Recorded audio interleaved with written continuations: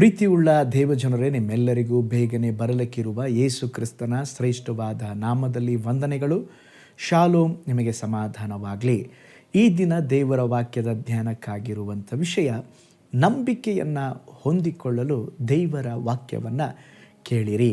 ಅದಕ್ಕೆ ಆಧಾರವಾಗಿ ರೋಮಪತ್ರಿಕೆ 10ನೇ ಅಧ್ಯಾಯ 17ನೇ ವಚನ, ಆದ ಕಾರಣ ಸಾರಿದ ವಾರ್ತೆಯು ನಂಬಿಕೆಗೆ ಆಧಾರ, ಆ ವಾರ್ತೆಗೆ ಕ್ರಿಸ್ತನ ವಾಕ್ಯವೇ ಆಧಾರ.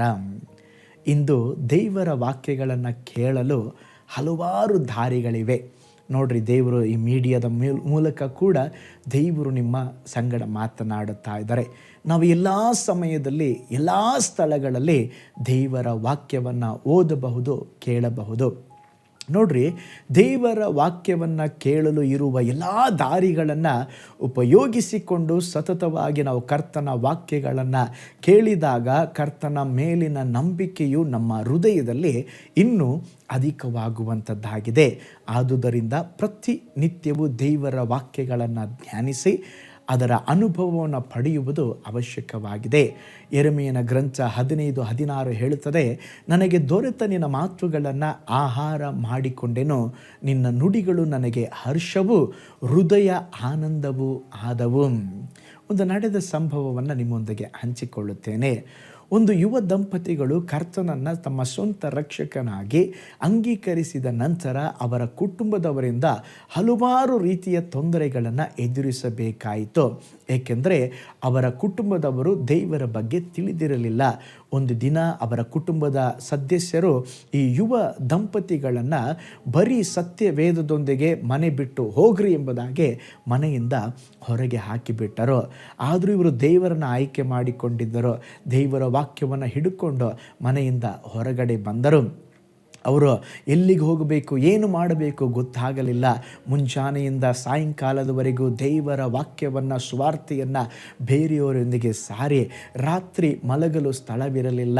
ಅಂಥ ಪರಿಸ್ಥಿತಿಯಲ್ಲಿ ಒಂದು ದಿನ ಒಬ್ಬ ವ್ಯಕ್ತಿ ಇದ್ದಾಗ ರೈಲ್ವೆ ಸ್ಟೇಷನಲ್ಲಿ ಇರುವಂಥ ಒಂದು ಕೊಠಡಿಯನ್ನು ತೋರಿಸಿ, ನೀವು ಇಲ್ಲಿ ಉಳಿದುಕೊಳ್ಳಬಹುದು, ಮಲಗಬಹುದೆಂಬುದಾಗಿ ಒಂದು ಕೋಣೆಯನ್ನು ಕೊಟ್ಟರು.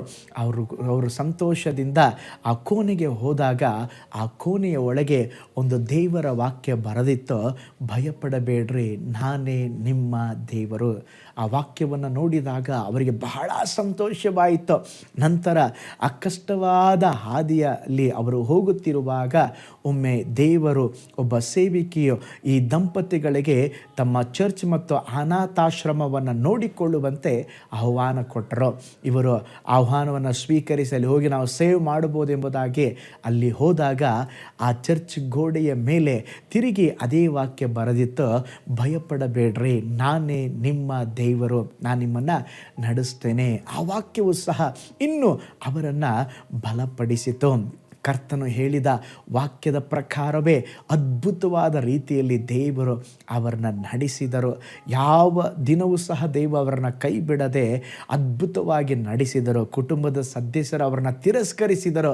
ನಂತರ ಒಬ್ಬೊಬ್ಬರಾಗಿ ಹತ್ತಿರ ಬಂದು ದಯವಿಟ್ಟು ನಮ್ಮನ್ನು ಕ್ಷಮಿಸಿ ಎಂಬುದಾಗಿ ಅವರು ಸಹ ರಕ್ಷಣೆ ಹೊಂದಿದರು. ಪ್ರೀತಿಯುಳ್ಳ ದೇವ ಜನರೇ, ನಮ್ಮ ಜೀವಿತದಲ್ಲಿ ನಾವು ಒಬ್ಬಂಟಿಗರಾಗುವಾಗ, ನಿರಾಶೆಯಲ್ಲಿರುವಾಗ ನಮ್ಮನ್ನು ಸಂತೈಸಿ ಬಲಪಡಿಸಿ ನಡೆಸುವಂಥದ್ದು ದೇವರ ವಾಕ್ಯವಾಗಿದೆ. ಆ ದೇವರ ವಾಕ್ಯವನ್ನು ಹಿಡಿದುಕೊಳ್ಳ್ರಿ, ದೇವರ ವಾಕ್ಯವನ್ನು ಓದ್ರಿ, ಧ್ಯಾನಿಸ್ರಿ.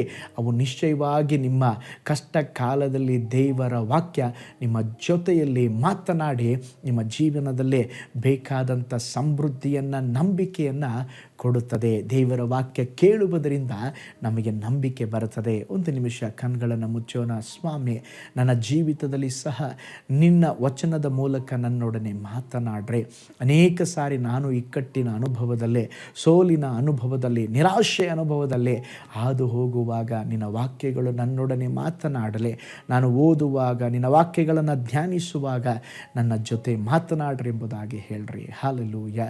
ಪ್ರಾರ್ಥನೆ ಮಾಡಿಕೊಳ್ಳೋಣ. ಪರಲೋಕದಲ್ಲಿ ವಾಸ ಮಾಡುವ ನಮ್ಮ ತಂದೆಯಾದ ದೇವರೇ, ಈ ಒಳ್ಳೆ ಸಮಯಕ್ಕಾಗಿ ಸ್ತೋತ್ರ. ಈ ದಿನ ನಿನ್ನ ವಚನದ ಮೂಲಕ ನಮ್ಮೊಂದಿಗೆ ಮಾತನಾಡಿದ್ದೀರಾ ಕರ್ತನೇ. ನಿಮ್ಮ ವಾಕ್ಯವನ್ನು ಓದುವಾಗ ಧ್ಯಾನಿಸುವಾಗ ಅದರಿಂದ ನಮಗೆ ನಂಬಿಕೆ ಬರ್ತದೆಯಪ್ಪ. ಯಾವಾಗಲೂ ದೇವರು ನೀನು ಮಾತನಾಡುವ ದೇವರು, ನಮ್ಮ ಜೊತೆಯಲ್ಲಿ ಮಾತನಾಡ್ರಿ, ನಮ್ಮನ್ನು ನಡೆಸ್ರಿ. ವಿಶೇಷವಾಗಿ ಈ ವಿಡಿಯೋನ ವಾಚ್ ಮಾಡಿದ ಎಲ್ಲ ಕುಟುಂಬಗಳು ಆಶೀರ್ವದಿಸಲ್ಪಡಲಿ. ಪ್ರಾರ್ಥನೆ ಕೇಳಿದ ಪ್ರೀತಿಗಾಗಿ ಸ್ತೋತ್ರ, ಯೇಸುವಿನ ಹೆಸರಿನಲ್ಲಿ ತಂದೆಯೇ, ಆಮೇನ್ ಆಮೇನ್. ಪ್ರೀತಿಯುಳ್ಳ ದೇವಜನರೇ, ದೇವರ ವಾಕ್ಯವನ್ನು ಓದ್ರಿ. ಆ ವಾಕ್ಯದ ಮೂಲಕ ನಿಮ್ಮ ನಂಬಿಕೆ ಹೆಚ್ಚುತ್ತದೆ. ಆ ವಾಕ್ಯಗಳು ನಿಮ್ಮನ್ನು ಸ್ತೋತ್ರ ಸರಿದಾರಿಯಲ್ಲಿ ನಡೆಸ್ತದೆ. ಆ ವಾಕ್ಯಗಳು ನಿಮ್ಮನ್ನು ಉನ್ನತಕ್ಕೆ ಏರಿಸ್ತದೆ. ಹಾಗಾದರೆ ಕರ್ತನ ನಾಮವನ್ನು ಘನಪಡಿಸ್ರಿ.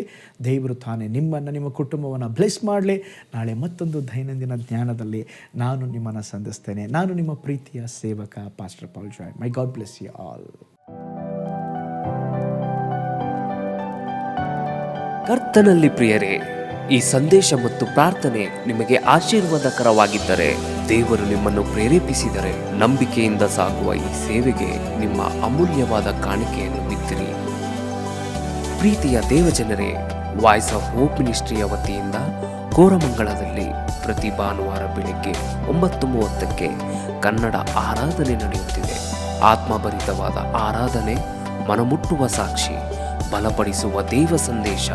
ಬನ್ನಿ, ನಮ್ಮೊಂದಿಗೆ ಭಾಗಿಯಾಗಿ ಕರ್ತನನ್ನು ಆರಾಧಿಸಿರಿ. ನೂತನ ತಿಂಗಳ ಆಶೀರ್ವಾದ ಕೂಟ ಪ್ರತಿ ತಿಂಗಳು ಮೊದಲ ದಿನ ಸಂಜೆ 7 ಗಂಟೆಗೆ.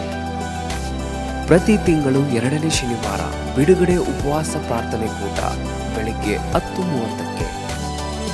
ನಿಮಗಾಗಿ ಪ್ರಾರ್ಥಿಸಬೇಕೆ? ನಿಮಗೆ ಯಾವುದಾದರೂ ಪ್ರಾರ್ಥನೆ ಮನವಿಗಳು ಇರುವುದಾದರೆ ಕೆಳಗಿನ ನಂಬರಿಗೆ ಕರೆ ಮಾಡಿ ಅಥವಾ ವಾಟ್ಸಪ್ ಮಾಡಿ. ಈ ಆತ್ಮಿಕ ಸಂದೇಶಗಳು ನಿಮಗೆ ಆಶೀರ್ವಾದಕರವಾಗಿದ್ದರೆ ಲೈಕ್ ಮಾಡಿರಿ. ಇಂಥ ಅದ್ಭುತ ಸಂದೇಶ ಪ್ರತಿದಿನ ನೋಡಲು ಬಯಸುವುದಾದರೆ ಸಬ್ಸ್ಕ್ರೈಬ್ ಮಾಡಿ ಹಾಗೂ ಇತರರೊಂದಿಗೆ ಶೇರ್ ಮಾಡಿರಿ.